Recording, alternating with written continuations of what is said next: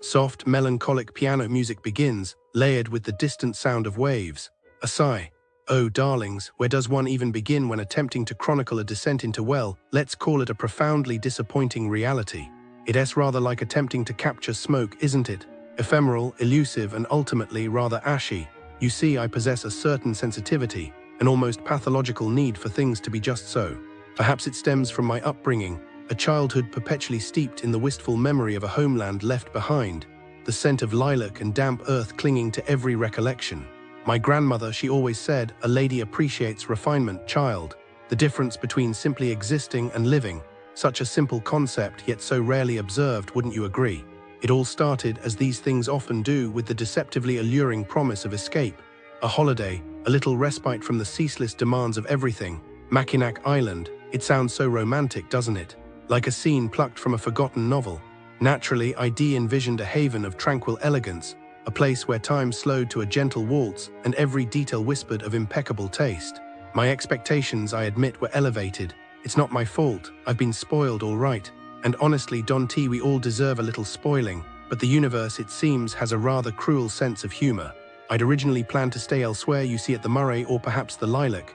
Those places, I'd heard, possessed a certain polish, a commitment to standards, but alas, late booking, a foolish oversight on my part, dearest. And so fate, or rather, a lack of availability, deposited me at the Lakeview Hotel. Piano music becomes subtly discordant, even the name felt presumptuous. Lakeview, such audacity, such a bold claim. From the moment I arrived, all I could think of was that Orwell quote about doublethink, the distance between what the place pretended to offer and what it unequivocally was. The ordeal commenced with the booking, naturally. One expects transparency, docent T1, a straightforward exchange of currency for service. Oh, but no, not here. It was a labyrinth of packages and gift cards. A supposed bargain, they called it. A deal that turned out to be a cunning little trap. $100 gift card, mind you, but only redeemable at their own turtle restaurant. A gimmick, my inner critic instantly spat. Like some sort of feudal system, forcing you to subsist on the Lord's provisions. The pricing, too absolutely bewildering. $427 for the first night. Then, as if an afterthought, it dipped to $309. No explanation, simply a careless disregard for basic decency. My friend who graciously handled the reservation was charged 3 times the deposit. 3 times. Honestly, the sheer incompetence.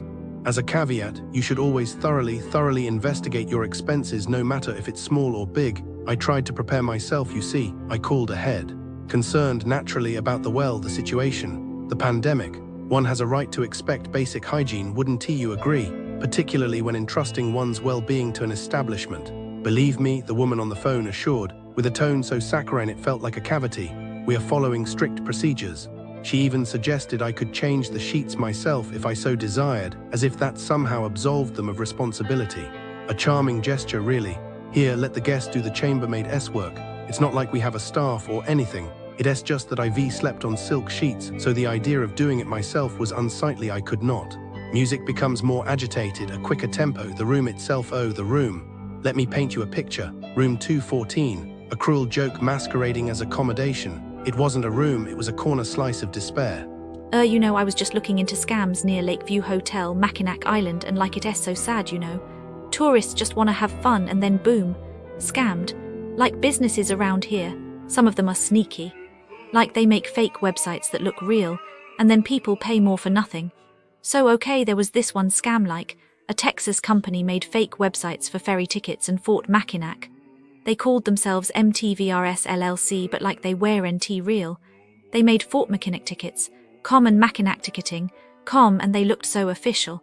But when people bought tickets, they got scammed. Like extra fees, and then the tickets didn't even work. Can you believe that? I bet those tourists were so upset. Imagine you're all excited for your trip, you get to the ferry or the fort and oops, your ticket's fake. And you paid more for it. And the worst part, the scammers put tiny little words at the bottom saying, hey, we ray not official, but like who reads that? They just wanted money. And then like the Michigan Attorney General had to step in and tell them to stop. But I bet those scammers just moved somewhere else. People like that don't care. They just take money and run. And then there's the hotels and shops around Lakeview Hotel, Mackinac Island, some of them. You gotta be careful. Like not all of them, but some. They LL overcharge you for little things or sell you stuff that S not what you thought. Like, oh, this souvenir is handmade, but then you find out it S from a factory. It S just sad. Tourists come here to relax and instead they get tricked. I hope those scammers feel bad, but they probably don tea. The reality of businesses near Lakeview Hotel, Mackinac Island. If you're staying at Lakeview Hotel, Mackinac Island, and hoping for charming, well-run businesses nearby, lower your expectations. The area suffers from a plague of mediocrity, where poor service, questionable management, and outright scams lurk behind pretty facades. Let's dissect this mess. Spas, salons paying premium for disappointment businesses like Lakeside Spa and Salon have turned relaxation into a financial hazard. Guests expecting deep tissue massages report getting what feels like a hesitant pat-down from someone who just learned what hands are. One reviewer described their session as brisk rubbing, while another questioned if their masseuse was even licensed. The real kicker: hidden fees.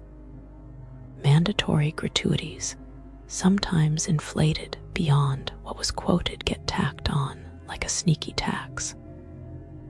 And if you complain, the staff's sympathy levels hover somewhere between mildly inconvenienced and actively ignoring you.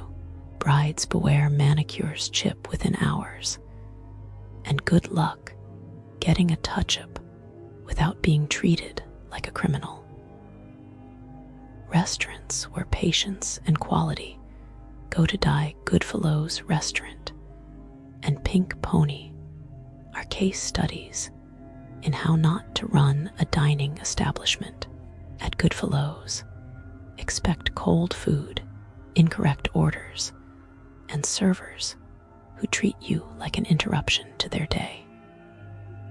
One guest's 35 steak arrived raw because nothing says fine dining like chewing on uncooked beef. Pink Pony, meanwhile, specializes in the art of the bait and switch.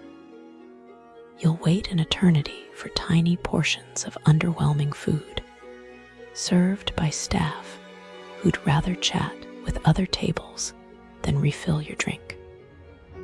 Forks and napkins, optional. Common courtesy, extinct.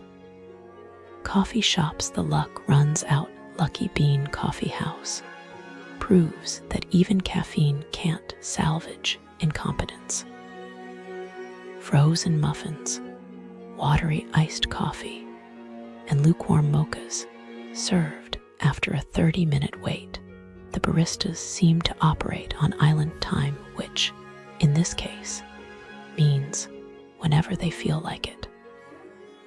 One reviewer's smoothie tasted like flavored corn syrup, a culinary crime against fruit.